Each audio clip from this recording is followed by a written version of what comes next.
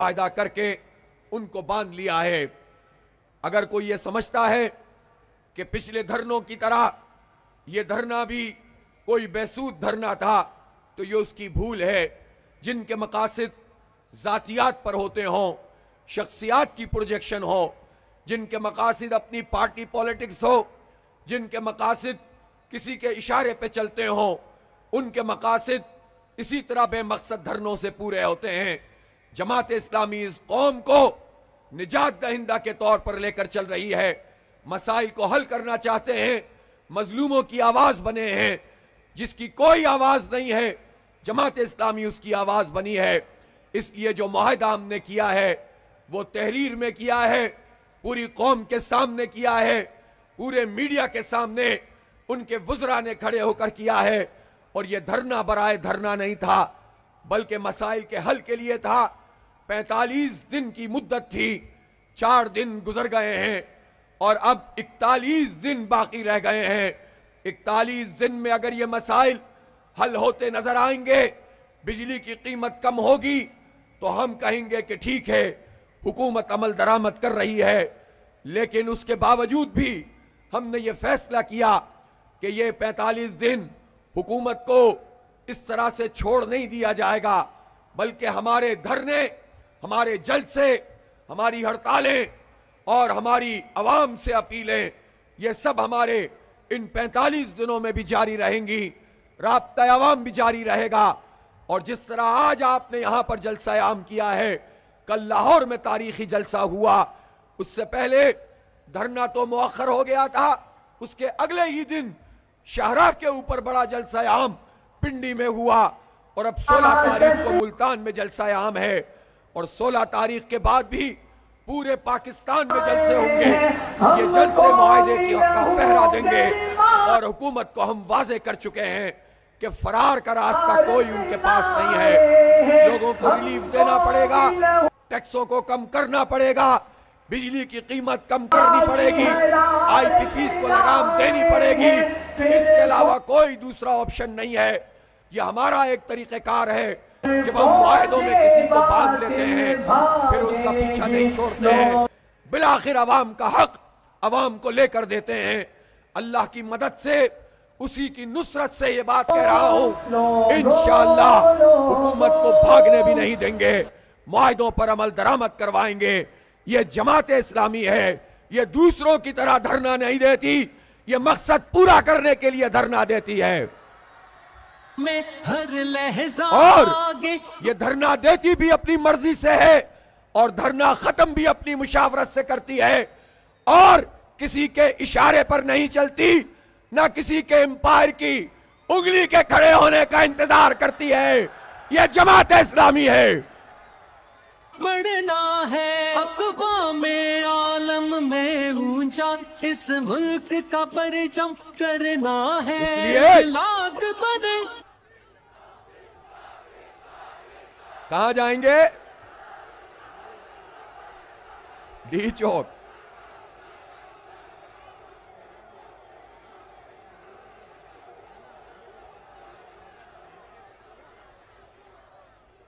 पैंतालीस दिन, जिसमें से 4 दिन गुजर गए हैं। 41 दिन में अगर इन्होंने आपको रिलीफ नहीं दिया तो यकीन करें मैं आपको डी चौक जाने से नहीं रोकूंगा इंशाअल्लाह। फिर हम जाएंगे और ऐसे ही नहीं जाएंगे, फिर हर तरफ से पूरे पाकिस्तान से लॉन्ग मार्च करते हुए जाएंगे और ये लॉन्ग मार्च भी किसी के इशारे पे खत्म नहीं होगा। ये चलता चला जाएगा और फिर इसको रोका नहीं जा सकेगा। कराची से भी लोग चलेंगे, गवादर और कोयटा से भी चलेंगे, पिशावर से भी चलेंगे, मलाकंड के पहाड़ों और चित्राल से भी चलेंगे, पूरे पंजाब से चलेंगे, सिंध के देहातों और गोठों से चलेंगे और चलते चले जाएंगे। और फिर इंशाअल्लाह हम इन हुक्मरानों को बताएंगे कि हक देते हो या अपनी हुकूमत का धड़न तख्ता करवाते हो, फैसला तेरे हाथों में है। इसलिए हमारा एजेंडा बिल्कुल वाज़ेह है। हम अवाम के मसाइल के हल के लिए निकले हैं, अपनी जात के लिए हम कोई मुतालबा नहीं कर रहे। ना प्रोफेसर इब्राहिम साहब को कुछ चाहिए, ना नईमुर रहमान को कुछ चाहिए, ना जमात इस्लामी के लिए कोई इमरात चाहिए। मेरी कौम के बच्चों के मुस्तकबिल का मामला है। पाकिस्तान का हर फर्द परेशान है। यहां ताजिर बरादरी मौजूद है, सनतकार तशरीफ लाए हैं, मार्बल इंडस्ट्री के लोग मौजूद हैं। लोड शेडिंग हो रही है, बिजली के बम गिर रहे हैं। कैसे कारोबार आगे बढ़ सकता है? ताजिरों के ऊपर ताजिर दोस्त स्कीम के नाम से एक अजीबोगरीब किस्म का कानून नाफिज करने की कोशिश की जा रही है, जिसको कबूल नहीं किया जा सकता। इसलिए हम ये समझते हैं टैक्स नेट को बढ़ना भी चाहिए, टैक्स सबको देना भी चाहिए, लेकिन ये नाजायज तरीके से टैक्स की वसूली ये काबिल कबूल नहीं है। और जो भी नाजायज टैक्स होगा वो कबूल नहीं किया जाएगा और वो हुकूमत वसूल भी नहीं कर सकेगी। इसलिए हम ये कहना चाहते हैं कि हुकूमत सीधी तरीके से हमारे मुतालबात के ऊपर संजीदा तरीके से अमल दरामद शुरू करे। और मैं आपको ये मुबारकबाद पेश करता हूं कि बहुत सी IPPs के हवाले से पेशरफ्त होना शुरू हो गई है। आपके ये जलसे, आपके ये धरने इस पेशरफ्त को बरकरार रखेंगे। और आप अगर घरों में बैठ गए तो हुक्मरान फिर IPPs से डील कर लेंगे। चूंकि हम ये देखते हैं कि एक हुक्मरान तबका है, वो हर पार्टी में मौजूद होता है और वही तबका इन IPPs से डील करने वाला होता है। आपको पता होना चाहिए कुछ वज़रा ऐसे हैं कि तुम 3-3, 4-4 पार्टियों के मजे ले चुके हैं और जब भी IPPs के साथ सौदेबाजी होती है वो उस वक्त की हुकूमती पार्टी में मौजूद होते हैं और अपोजिशन में हो या हुकूमत में हो, हर तरफ से मजे कर रहे होते हैं। 1994 में यह IPPs का धंधा शुरू हुआ था और उस वक्त से लेकर अब तक पहले पीपल्स पार्टी की हुकूमत, फिर मुशर्रफ दौर में यह काम हुआ, फिर नून लीग के दौर में यह काम हुआ और फिर PTI के दौर में यह IPPs हम पर मुसल्लत हुई। इसलिए हम ये कहना चाहते हैं कि किसी हुकूमत ने संजीदगी से मसला हल नहीं किया। PTI के जमाने में कमेटी बनी, कमेटी ने रिपोर्ट दी, लेकिन उस रिपोर्ट के ऊपर अमल दरामद नहीं हुआ, इसलिए कि एक ATM इधर खड़ा हुआ था, एक ATM उधर खड़ा हुआ था। अवाम को देखें या ATM मशीन को देखें, अवाम का मसला हल नहीं हुआ, ATM मशीनों से काम चलता रहा, तो उसके नतीजे में हमारे ये हालात हुए हैं। इसलिए नून लीग सबसे बड़ी रिस्पॉन्सिबल है, अभी भी उसकी हुकूमत है। पीपुल्स पार्टी हमेशा इन मामलात में नून लीग के साथ खड़ी होकर अवाम के ऊपर ये बोझ डालती है। इसलिए हम ये समझते हैं कि ये IPPs जिसमें बहुत सारे प्लांट वो हैं जिनमें मुआहदे ही जाली हैं। अगर मिसाल के तौर पर 50 मेगावाट उसकी कैपेसिटी है जो लिखी हुई है, तो पता चला ओरिजिनल कैपेसिटी 30 मेगावाट है और अगर 2 मेगावाट भी वो बिजली बना रहा है तो 50 मेगावाट को वो वसूल कर रहा है और पाकिस्तान के अवाम के बिलों में ये पैसे डालकर उन खून निचोड़ने वालों के सुपुर्द ये पैसा किया जाता है। ये जुल्म है और सरासर जुल्म है और इस जुल्म में ये तमाम जमातें बराबर की शरीक हैं। इसलिए हम ये कहना चाहते हैं कि कुछ IPPs वो हैं जिनके प्लांट वो बोसीदा हो चुके हैं, डेप्रिसिएशन हो चुकी है, वो अब इस काबिल नहीं है कि वो प्रॉपर बिजली एफिशिएंसी पर प्रोड्यूस कर सकें। उन प्लांट्स को भी अब बंद करना पड़ेगा। कुछ IPPs ऐसी हैं फ्रॉड जिन्होंने किया है, गन्ने की फूक का ईंधन इस्तेमाल करते हैं, इंपोर्टेड ऑयल और कोल को चार्ज करते हैं और बिजली बनाए ना बनाए पैसे उनको पूरे मिलते हैं और शरीफ खानदान के लोग भी इसके अंदर शामिल हैं। इसलिए ये जो फ्रॉड पूरे पाकिस्तान के साथ हो रहा है अब ये काबिल कबूल नहीं है। जो लोकल IPPs हैं रीनिगोशिएट भी उनसे किया जाए, जो नाकारा है उनको खत्म किया जाए, जिनके मुआहदे पूरे हो गए हैं वो मुआहदे मुकम्मल तौर पर खत्म किए जाएं। और एक और काम भी जो हम चाहते हैं, जो हमने मुआहदे में लिखवाया है कि मुकम्मल जांच पड़ताल। मुकम्मल जांच पड़ताल का मतलब फॉरेंसिक ऑडिट होता है। इसका मतलब यह है कि अगर कोई ये IPPs लगा रहा था और कौम से झूठ बोल रहा था और उसने अरबों रुपए, सैकड़ों अरब रुपए बना लिए, अपनी लागत से ज्यादा 10-10 गुना ज्यादा कमा लिया, तो जिसने कमाया वो भी पकड़ा जाएगा और जिसने उसके साथ मुआहदा किया वो भी बेनकाब किया जाएगा। जब ये सब बेनकाब होंगे तो आपको पता चल जाएगा कि इस मुल्क में कौन बेईमान है और कौन ईमानदार है। ये सारे बेनकाब हो जाएंगे तो पता चल जाएगा कि ये ड्रामे बहुत हो चुके हैं।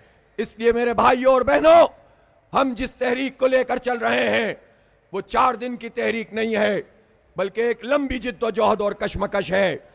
इन 40-45 दिनों में भी मुसलसल सड़कों पे मौजूद रहेंगे, अपने मुआहदे के हवाले से पहरा देंगे और फिर इंशाअल्लाह एक बड़े इनकलाब के लिए पेशकदमी करना शुरू करेंगे और फिर किसी रुकावट को कबूल नहीं करेंगे।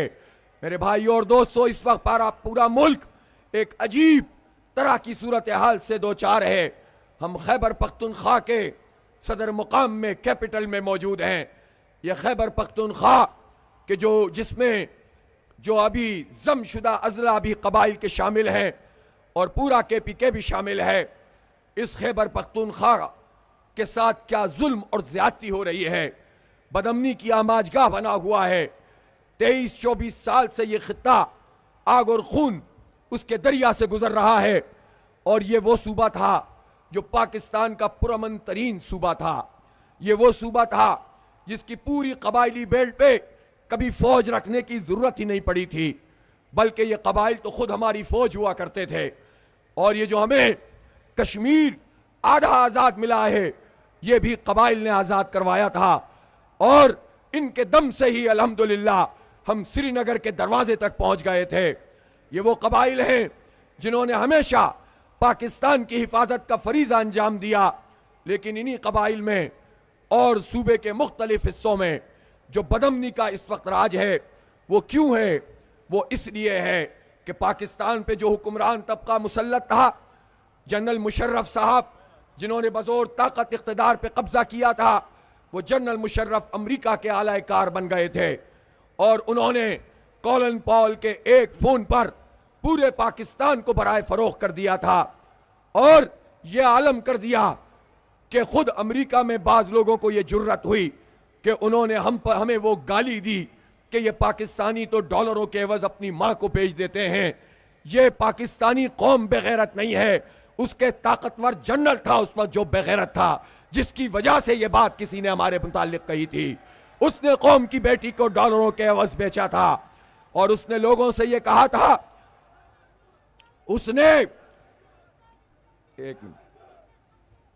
उसने हमसे ये कहा था कि अगर हम अमेरिका का साथ देंगे तो पाकिस्तान में डॉलर आएंगे और पाकिस्तान की मईशत बेहतर हो जाएगी और हम क्यों अफगानिस्तान की परेशानी लें, और वहां पर अमेरिका अगर बमबारी करता है तो हमें अमेरिका का साथ देना चाहिए। और हमने अपने एयरपोर्ट्स अमेरिका के हवाले किए, हमने लॉजिस्टिक सपोर्ट फराहम की, हमने अपनी पूरी फौज को अमलन अमेरिका के हवाले कर दिया, हमारे एयरपोर्ट्स उनके हवाले हो गए। और फिर उसके बाद क्या हुआ? क्या पाकिस्तान की मईशत सही हो गई? क्या पाकिस्तान के हालात दुरुस्त हो गए?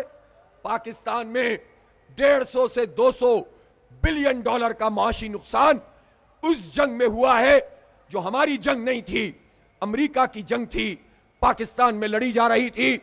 और जब कोई बम धमाका नहीं होता था तो इस जंग की वजह से दहशतगर्दी परवान चढ़ी और बम धमाके होने लगे।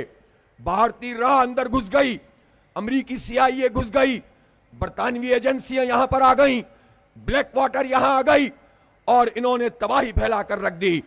और फिर यहां पर हमने वो प्रॉक्सी भी देखी जो कि पाकिस्तान की सरजमीन पर लड़ी जाने लगी। पाकिस्तान में 1 लाख के करीब लोग अब तक शहीद हो चुके हैं, जिसमें फौज के सिपाही अफसरान भी शामिल हैं। रोज हम अब भी खबरें सुन रहे हैं कि फौज के फला अफसर को शहीद कर दिया गया। दहशतगर्दी की लपेट में एक मर्तबा फिर हमारा ये सूबा और हमारा मुल्क आ गया है। क्या सबब है? सबब वही है कि पॉलिसियां आजाद नहीं है, खारजा पॉलिसी आजाद नहीं है, दाखिला पॉलिसी आजाद नहीं है, माशी पॉलिसी आजाद नहीं है और बाकी तो पॉलिसी कोई पॉलिसी है ही नहीं। इसलिए हम ये देखते हैं कि वो जो पूरा 22-23 साल का अरसा है, ये तबाही का अरसा है। फिर बार बार अमेरिका के कहने पर फौजी ऑपरेशन किए गए। फौजी ऑपरेशनों के नतीजे में फौज और अवाम के दरमियान दूरी पैदा हुई।